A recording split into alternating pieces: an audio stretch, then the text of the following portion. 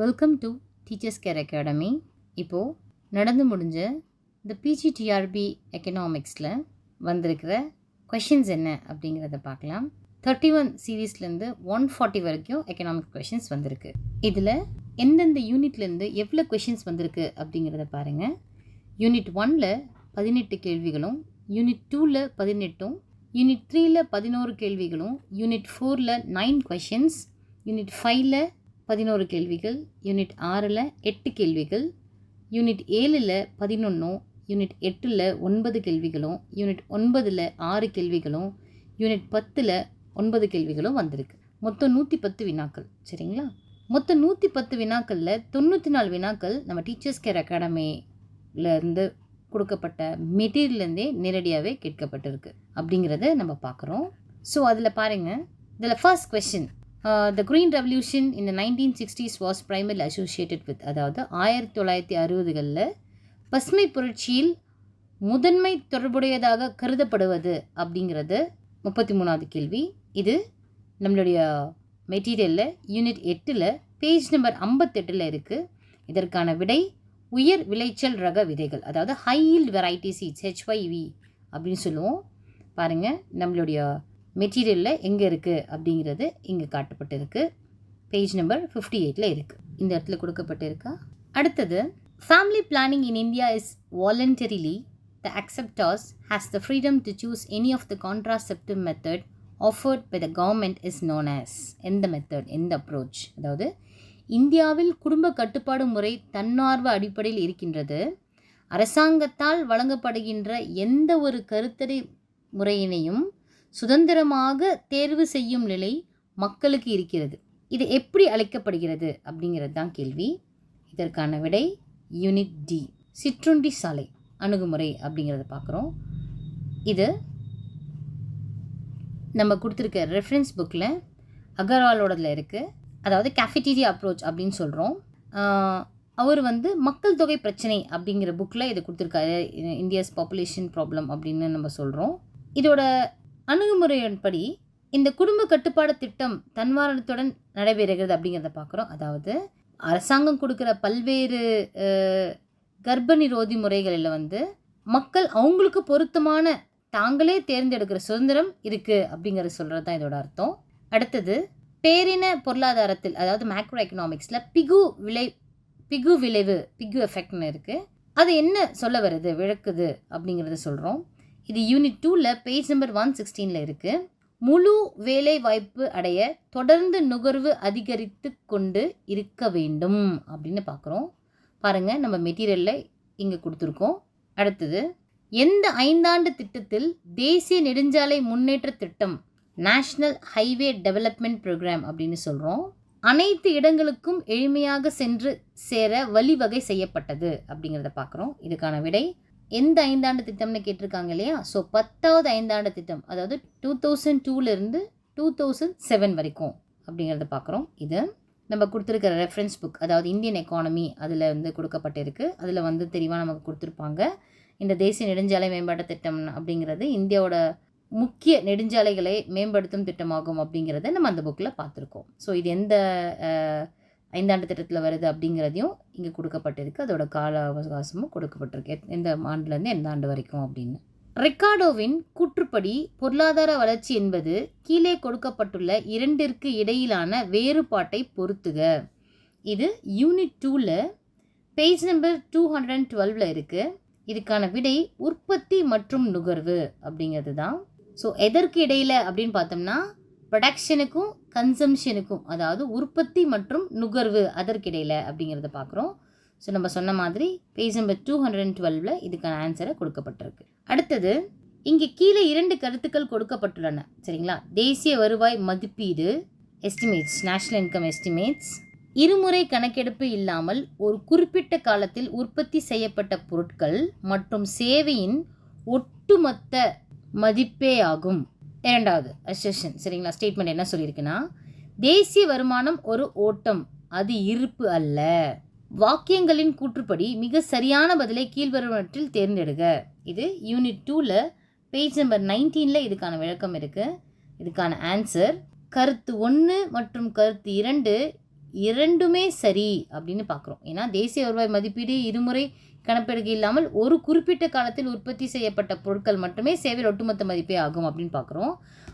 அதுவும் கரெக்டு தான். தேசிய வருமானம் ஒரு ஓட்டம், அது இருப்பில்லை அப்படிங்கிறது நம்ம பார்க்குறோம். ஸோ பாருங்கள் நம்ம புக்கில் எங்கே கொடுத்துருக்கோம் அப்படிங்கிறத.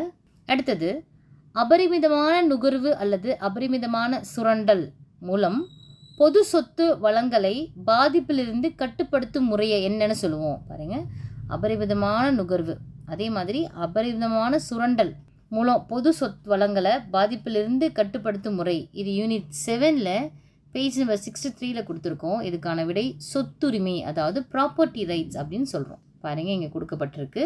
அடுத்தது கீழ்கண்டவற்றில் எது பல்நிலை மாற்று விகிதத்தின் நன்மை, அதாவது மல்டி எக்ஸ்சேஞ்ச் ரேட் சிஸ்டம்ஸ் அப்படின்னு சொல்லுவோம்.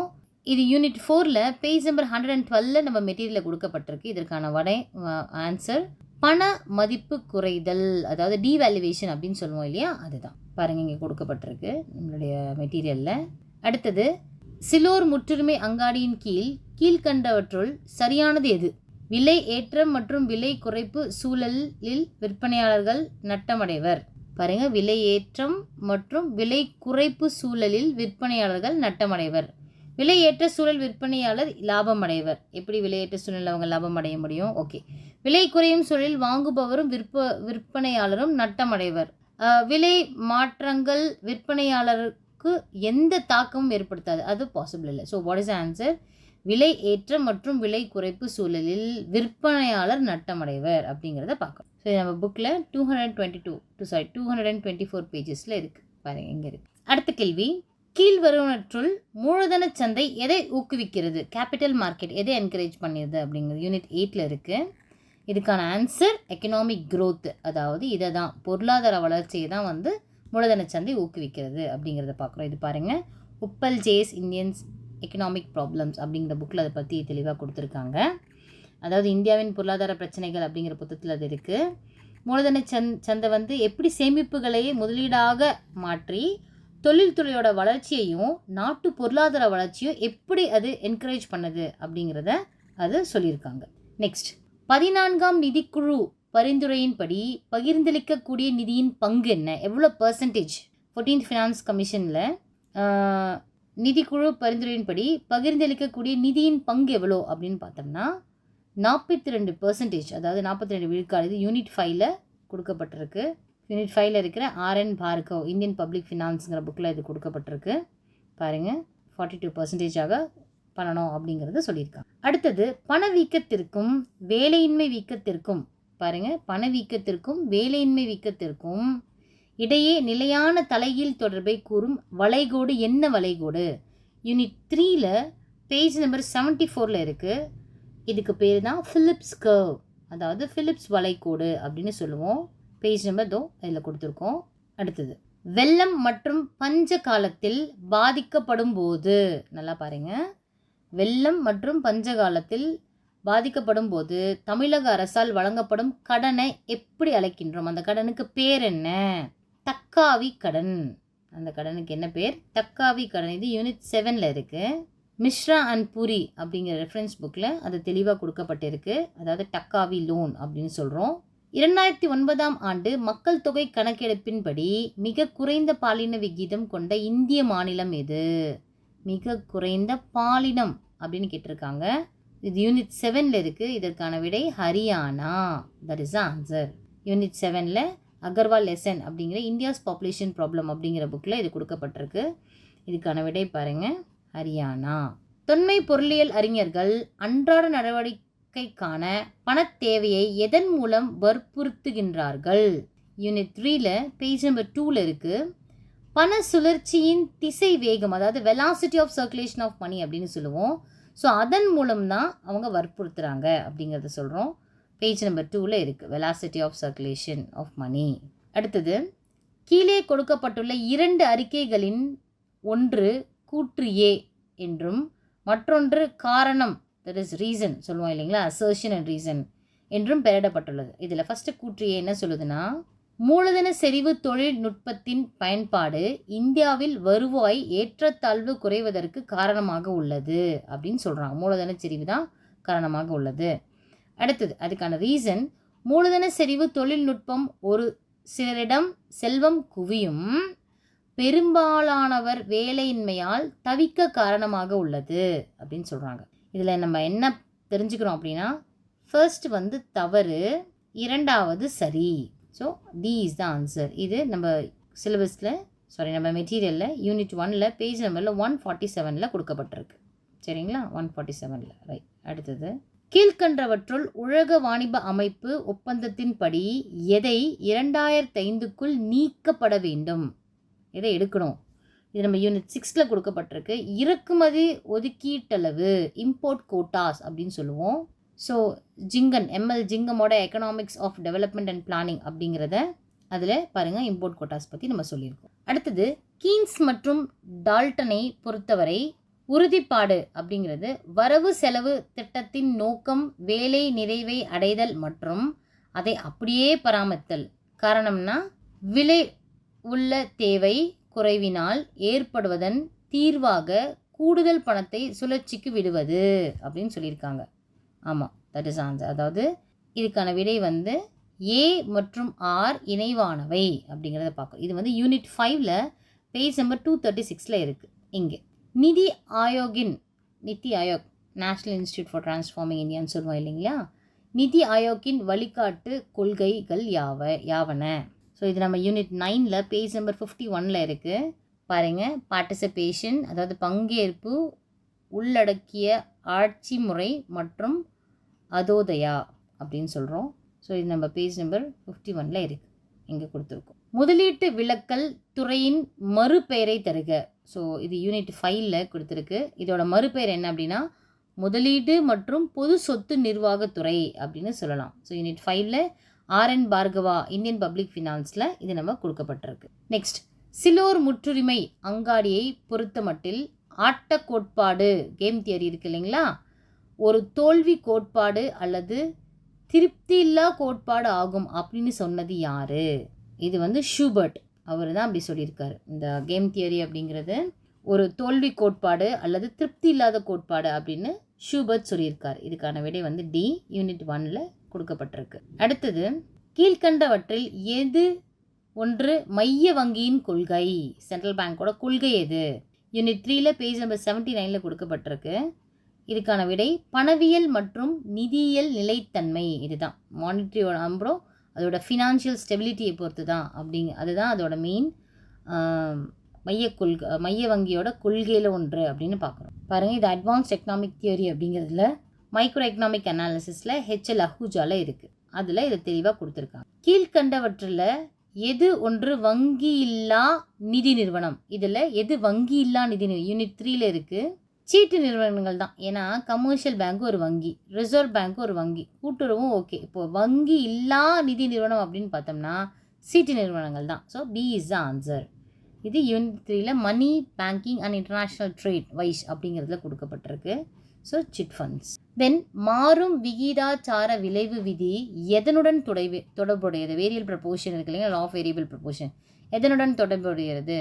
நிலையான காரணி மற்றும் மாறும் காரணி, ஃபிக்ஸ்டு ஃபேக்டர் மட்டும் இல்லாமல் வேரியபிள் ஃபேக்டரும் அப்படின்னு சொல்கிறோம். இது அட்வான்ஸ்ட் எக்கனாமிக் தியரியில் மைக்ரோ எக்கனாமிக் அனாலிசிஸ் அஹூஜாவோடதில் இது கொடுக்கப்பட்டிருக்கு. இந்தியாவில் பணத்தின் அளிப்பை அளவிட 4 அளவைகளை அறிமுகப்படுத்தியது இந்திய ரிசர்வ் வங்கி. இதை அறிமுகப்படுத்தியது, அதுக்கான விடை வந்து இந்திய ரிசர்வ் வங்கி. பாருங்கள், இது மானிட்டரி எக்கனாமிக்ஸில் ML ஜிங்கன் அவரோட புக்கில் கொடுக்கப்பட்டிருக்கு. அடுத்தது, சார்க்கின் தலைமைச் செயலகம் டேஷ் நிர்மாணிக்கப்பட்டது. எது? யூனிட் 4ல் கொடுக்கப்பட்டிருக்கு. அதோடது Kathmandu. SAARC secretariat was established எங்கே எஸ்டாப்ளிஷ் ஆயிடுச்சு அப்படின்னா இட்ஸ் இன் காட்மண்டு. பாருங்கள், இன்டர்நேஷ்னல் எக்கனாமிக்ஸ் ஜிங்கன் புக்கில் இது கொடுக்கப்பட்டிருக்கு. பன்னாட்டு வாணிபம் என்பது சிறப்பு உள்ளூர் வட்டார வாணிபம் சார்ந்த கருத்தாகும். இந்த அறிக்கையை யார் கூறினாங்க அப்படிங்கிறதான் கேள்வி. இது யூனிட் 1ல் இருக்குது. ஒஹ்லின் அவர் தான் இதை சொல்லியிருக்கார். ஓலின் அப்படிங்கிறவர் தான் சொல்லியிருக்கார். இது இன்டர்நேஷ்னல் எக்கனாமிக்ஸ் ஜிங்கன் புக்கில் தெளிவாக கொடுக்கப்பட்டது. இந்திய மாற்றத்திற்கான தேசிய நிறுவனம் துவங்கப்பட்ட ஆண்டு, அதாவது நித்தி ஆயோக் அப்படின்னு சொல்கிறோம் இல்லையா, அது எந்த ஆண்டு துவங்கப்பட்டது? ஸோ ஜனவரி 2015. இது யூனிட் 53ல் பேஜ் நம்பர் 53ல இருக்குது. சாரி, ஸோ யூனிட் 5ல் பேஜ் நம்பர் 53ல இருக்குது கொடுக்கப்பட்டிருக்கா. உகந்த நலம் அளிக்கின்ற வரி விதிப்பு என்பதாவது என்ன? உகந்த நலம் அளிக்கின்ற வரி விதிப்பு என்பதாவது நடைமுறை சாத்திய வரி கருத்துரு இதனுடன் கூடிய சமூக பொருளாதார பார்வை. இதுதான் இதுக்கான விடை. இது யூனிட் 5ல் கொடுக்கப்பட்டிருக்கு. டால்டன் அதோட பிரின்சிபல்ஸ் ஆஃப் பப்ளிக் ஃபினான்ஸ் அப்படிங்கிற புக்கில் இது தெளிவாக கொடுக்கப்பட்டிருக்கு. ஓகே, அதுதான் நம்மளோட ரெஃபரன்ஸ் புக்கில் இருக்குது. உற்பத்தி வாய்ப்பு கோடு எந்த கருத்தினை அடிப்படையாக கொண்டது? இது யூனிட் 1ல் கொடுக்கப்பட்டிருக்கு. தட் இஸ் வாய்ப்பு செலவு, ஆப்பர்ச்சுனிட்டி காஸ்ட் அப்படின்னு சொல்கிறோம். பாருங்கள், advanced economic theory, micro economic analysis, அஹூஜால இது கொடுக்கப்பட்டிருக்கு. ஆப்பர்ச்சுனிட்டி காஸ்ட் தான் அப்படின்னுட்டு. கடந்த காலத்தில் உருவாக்கிய இயந்திரங்களின் திறனை காட்டிலும் இக்காலகட்டத்தில் உருவாக்கிய இயந்திரங்களின் உற்பத்தி ஆற்றலை அதிகரிக்க செய்யும் தொழில்நுட்பம் இவ்வாறு அழைக்கப்படுகிறது. அது எவ்வாறு அழைக்கப்படுகிறது? யூனிட் 6ல் பேஜ் நம்பர் 89ல் இதுக்கான விடை இருக்குது. அதாவது எம்பாடிட் டெக்னிக்கல் ப்ராக்ரஸ், உருவகப்படுத்தப்பட்ட தொழில்நுட்ப முன்னேற்றம், அதுதான் இதுக்கான விடை. ஸோ பேஜ் நம்பர் 89ல் இது கொடுக்கப்பட்டிருக்கு. வணிக வங்கியின் முதன்மையான பணி, இதோட மேஜர் ஃபங்க்ஷன் என்ன? யூனிட் 8ல் பேஜ் நம்பர் 186ல் கொடுக்கப்பட்டிருக்கு. கடன் உருவாக்கம், that is creation of credit அப்படின்னு சொல்லுவோம். ஸோ அதுதான் கொடுக்கப்பட்டிருக்கு. அடுத்தது, கீழ்கண்டவற்றுள் பணவீக்கத்தின் பண்பாக கருதப்படாதது எது? பணவீக்கம் என்பது நீண்டகால இயக்க முறையாகும். ஓகே, அது இருக்குது. பணவீக்கம் என்பது தொடர்ந்து செல்லும் விலை ஏற்றமும் வராது, ஏன்னா அதுவும் இருக்குது. பணவீக்கம் என்பது உள்நாட்டு பொருளாதார முறையில் நடைபெறுகின்றது. Okay, fine. இப்போது எது பண்பாக கருதப்படாதது அப்படின்னு சொல்லி கேட்டிருக்காங்க. பணவீக்கம் என்பது முற்றும் சர்வதேச வாணிபம் சார்ந்தது, அதுதான் இதோட சேர்க்கப்படாதது. ஓகே, அது யூனிட் 3ல் பேஜ் நம்பர் 34ல் கொடுக்கப்பட்டிருக்கு. நிதியற்ற கடன் ஏற்படுத்துவது என்ன ஏற்படுத்தும்? இது யூனிட் 5ல் பேஜ் நம்பர் 189ல் இருக்குது. இதுக்கான விடை உடனடி தேவைக்கு தான் அப்படின்னு கொடுத்துருக்கு. அடுத்து, ஷும்பீட்டரின் பார்வையில் புத்தாக்கம் என்பது இனோவேஷன் அப்படின்னா என்ன? இது யூனிட் 6ல் பேஜ் நம்பர் 61ல் இருக்குது. இதற்கான விடை ஒரு புதிய உற்பத்தி முறையை அறிமுகப்படுத்துதல், அதுதான் இனோவேஷன் அப்படின்னு சொல்கிறோம். கொடுக்கப்பட்டது. இது எப்படி கால்குலேட் பண்ணுறது? கீழ்காணும் மதிப்பெண்களுக்கு கூட்டு சராசரி காண்க அப்படின்னு சொல்லியிருக்கு. ஸோ யூனிட் 10ல் பேஜ் நம்பர் 74ல் இதுக்கான சாம்பிள் சம்ஸ் நம்ம கொடுத்துருக்கோம். இதுக்கான விடை பாருங்கள் 41னா பாருங்கள், இதுதான் சாம்பிள் சம் நம்ம கொடுத்துருக்கோம். ஸோ இந்த மெத்தட் படி போட்டோம்னா we will get the answer 41. கீழ்காணும் கருதுகோளினை ஏற்றுக்கொள்ளுதல் அல்லது நிராகரித்தல் HO எதனை பொறுத்து அமையும்? யூனிட் 10ல் பேஜ் நம்பர் 125ல் இதுக்கான விடை இருக்குது. இதுக்கான ஆன்சர் HO என்பது உண்மையானது மற்றும் முதல் வகை பிழையானது சரி. ஓகே, HO தவறு மற்றும் இரண்டாம் வகை பிழையானது தவறு. ஸோ இது 2 தான் இதுக்கான பதில். HO உண்மையானது மற்றும் முதல் வகை பிழையானது தவறுன்னு கிடையாது. HO தவறு மற்றும் இரண்டாம் வகை பிழையானது சரியே, அதுவும் கிடையாது. ஸோ A and B தான் correct answer. So A is the answer. அது இங்கே கொடுக்கப்பட்டிருக்கு. Next, a firm gets equilibrium, அதாவது ஒரு நிறுவனம் சமநிலை அடைய டேஷ் ஆக இருக்க வேண்டும். எப்பயுமே நம்ம பார்த்துருப்போம் MC is equal to MR. Unit 1ல் பேஜ் நம்பர் 173ல் இருக்குது. இதற்கான விடை MC is equal marginal cost is equal to marginal revenue அப்படிங்கிறத பார்க்குறோம். ஸோ இது இந்த டயக்ராம்லேயே நமக்கு அது புரியும், பார்த்தாவே இங்கேயே வந்துடும், தெரிஞ்சிடும் நமக்கு. அடுத்து, பட்டியல் 1 மற்றும் பட்டியல் 2ஐ பொறுத்துக. இது யூனிட் 2ல் பேஜ் நம்பர் 47ல் இருக்குது. ஸோ இதற்கான விடை பார்த்தீங்கன்னா A என்னென்னா C/Y, B என்னென்னா delta C/Δy, MPC APC is equal to C/Y, MPC is equal to delta C/Δy. சரி, அடுத்தது C என்ன? APS is equal to S/Y. அப்போ ஆப்வியஸாக MPS is equal to delta S/Δy. இதுதான் இதற்கான விடை கொடுக்கப்பட்டது. கூற்று A, சிறப்பு எடுப்பு உரிமை என்பது பன்னாட்டு நாணயத்தின் சிறப்பியல்புகளை பெற்றிருக்கும். காரணம், சிறப்பு எடுப்பு உரிமை அறிமுகப்படுத்துவது பன்னாட்டு நீர்மை தன்மை அதிகரித்தல் அப்படின்னு பார்க்குறோம். இதற்கான விடை யூனிட் 4ல் பேஜ் நம்பர் 141ல் இருக்குது. அதாவது இரண்டும் ஏவும் சரி மற்றும் ஆரும் சரியான விளக்கம் ஏக்கு அப்படின்னு ஏக்கு ஆர் சரியான விளக்கம் தான் அப்படிங்கிறத சொல்கிறோம். ஸோ இது இங்கே கொடுக்கப்பட்டிருக்கு. பட்டியல் 1 பட்டியல் 2 உடன் பொருத்துக அப்படின்னு பார்க்குறோம். இது யூனிட் 2ல பேஜ் நம்பர் 66 அண்ட் 69ல் இருக்குது இதுக்கான விடை. ஸோ ஃபஸ்ட்டு ஏ பார்த்தோம் அப்படின்னாக்கா அதுக்கான ஆன்சர், அதாவது தொடர் வருவாய் கருதுகோள் கோட்பாடு யார் கொடுத்தது? James Duesenberry, relative income hypothesis. அடுத்து முழுமையான வருவாய் கருதுகோள் கோட்பாடு, இது கீன்ஸ். அடுத்து நிலையான வருவாய் கருதுகோள் கோட்பாடு, இது மில்டன் ஃப்ரீட்மன். அப்புறம் டி நிலையான பழக்க வழக்க கருதுகோள் கோட்பாடு, இது டிஎம் ப்ரவுன் அப்படிங்கிறவர். இது கொடுக்கப்பட்டிருக்கு 66 and 69ல். வேலைவாய்ப்பு வட்டி மற்றும் பணம் கோட்பாடு என்ற புத்தகத்தை பிரசுரிக்கப்பட்ட வருடம் இது? Theory of employment interest and money, general theory of employment interest and money எந்த இயரில் பப்ளிஷ் செய்யப்பட்டது? இதுக்கான விடை 1936, 1936. இது யூனிட் 2ல பேஜ் நம்பர் 188ல் இருக்குது, கொடுக்கப்பட்டிருக்கு. டோமாரின் கூற்றுப்படி முழுநிலை வேலை வாய்ப்பு வருவாய் சமநிலையை நிலைநிறுத்த என்ன பண்ணணும்? யூனிட் 6ல பேஜ் நம்பர் 20ல் இதுக்கான விடை இருக்குது. சேமிப்பு முதலீட்டிற்கு சமமாக இருக்க வேண்டும். ஸோ சேமிப்பு முதலீட்டுக்கு சமமாக இருக்க வேண்டும் அப்படிங்கிறத பார்க்குறோம். ஸோ கொடுக்கப்பட்டிருக்கு. அடுத்து எந்த அங்காடி அமைப்பில் சராசரி வருவாயும், நல்லா பாருங்கள், சராசரி வருவாயும் இறுதிநிலை வருவாயும் சமமாக இருக்கும்? எந்த அங்காடி அமைப்பில்? நிறைவு போட்டியில் தான் ஆவரேஜ் காஸ்ட் மார்ஜினல் காஸ்ட் ரெண்டுமே எப்படி இருக்கும்? சமமாக இருக்கும். இது யூனிட் 1ல பேஜ் நம்பர் 171ல் கொடுக்கப்பட்டிருக்கு. பாருங்கள், இந்த டயக்ராம்லேயே உங்களுக்கு புரியும், ரெண்டுமே சமமாக இருக்கா? ஹெச்ஹெச் காசன் அவர்களின் முதல் விதி எது? குறையும் இறுதிநிலை பயன்பாடு, லா ஆஃப் டிமினிஷிங் மார்ஜினிட்டி தான் அதோட ஃபர்ஸ்ட் லா. செகண்ட் லா தான் இன்னொன்று. இது இங்கே கொடுத்துருக்கோம் பாருங்கள், ஹெச்ஹெச் காசன். முற்றுரிமையாளர் போட்டியில் ஒரு நிறுவனம் நீண்ட காலத்தில் இயல்பு லாபம் பெற டேஷ் இருத்தல் வேண்டும். என்ன இருக்கணும்? MC=MR இருத்தல் வேண்டும்.